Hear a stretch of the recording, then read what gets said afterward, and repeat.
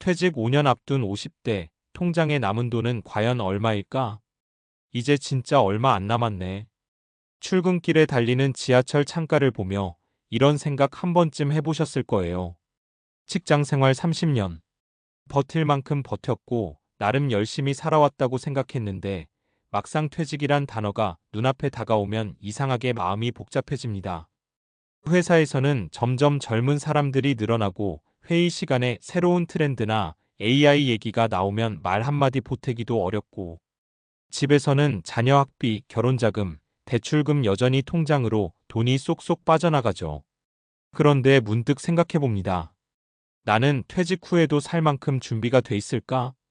퇴직금이 있고 국민연금이 있으니까 괜찮겠지 싶다가도 요즘 물가 오르는 속도를 보면 금세 불안이 밀려옵니다. 1. 현실 점검 평균의 함정에 빠진 50대의 통장 사정.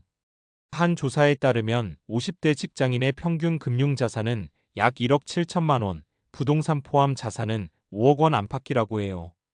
겉보기엔 꽤 있네 싶지만 여기엔 주택담보대출이나 자녀 교육비, 부모 부양비가 빠져있지 않죠. 실제로 현금성 자산만 놓고 보면 퇴직을 앞둔 50대 중 상당수가 생활비 12년치 정도만 확보하고 있는 게 현실입니다. 즉, 평균의 숫자에 위로받기엔 너무 위험한 시점이에요.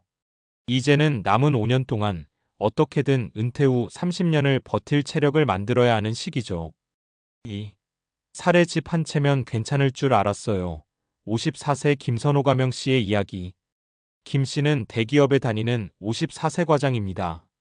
서울 외곽에 20년 전 산 아파트가 있고 아내는 전업주부, 자녀 둘은 대학생이에요.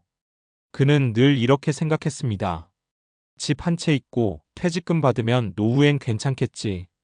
그런데 현실은 달랐습니다.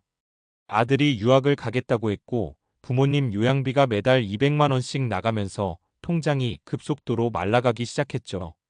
퇴직금을 미리 중간정산해 일부 대출을 갚았지만 남은 건 집 한 채뿐.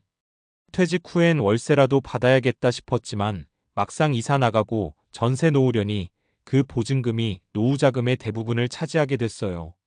내가 평생 일해서 남긴 게 겨우 이거구나 하는 허무함이 밀려왔다고 합니다.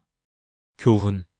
자산의 대부분이 부동산에 묶여 있다면 실제로 쓸 수 있는 돈은 생각보다 훨씬 적습니다.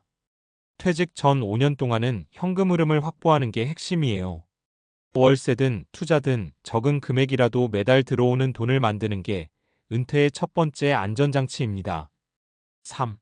사례 내가 은퇴라니 아직 일할 수 있는데 56세 정유진 가명 씨의 이야기.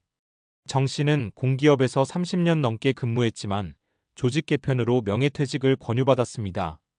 아직 건강하고 일할 수 있는데 라는 생각에 퇴직을 받아들이기 힘들었죠.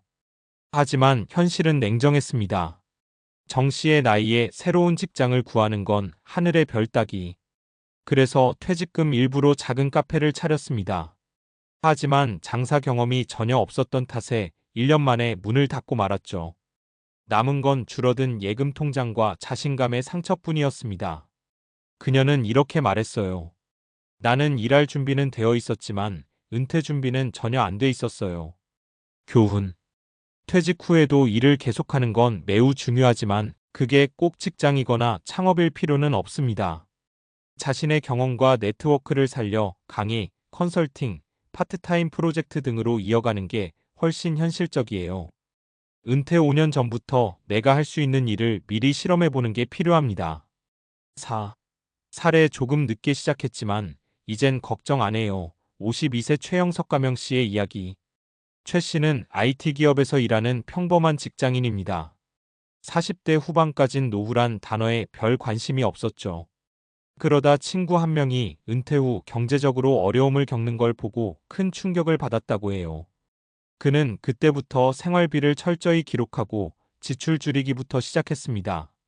매달 100만 원씩 펀드와 ETF에 자동이체했고 아내와 함께 주말마다 작은 임대용 원룸을 관리하는 부업도 시작했어요. 그 결과 5년 만에 월세 수입이 80만 원, 배당 소득이 30만 원 정도 생겼습니다. 그는 말합니다.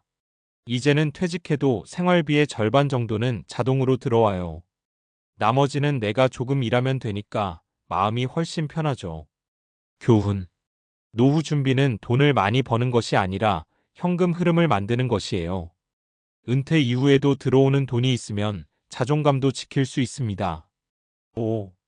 은퇴 5년 전 꼭 점검해야 할 3가지. 퇴직을 앞둔 지금 현실적으로 해야 할 준비는 생각보다 단순합니다. 하지만 대부분이 심리적 두려움 때문에 미루고 있을 뿐이에요. 1. 생활비 구조 점검하기. 현재 지출 중 꼭 필요한 고정비 주거, 식비, 보험 등을 정리해 보세요. 은퇴 후엔 이 고정비를 최소한의 생존비로 맞추는 게 핵심입니다. 5월 400만 원 쓰던 가정이 250만 원으로 줄이려면 최소 1년은 연습이 필요합니다. 이 퇴직금연금의 현금 흐름화. 퇴직금을 한 번에 쓰는 건 가장 위험한 선택이에요. 연금저축, IRP, 즉시연금 등으로 분산해 월 단위 수입으로 바꿔두면 훨씬 안정적입니다. 3일 할 수 있는 플랫폼 찾기. 요즘은 50대 이후를 위한 재취업 플랫폼이나 프리랜서 매칭 서비스도 많아요.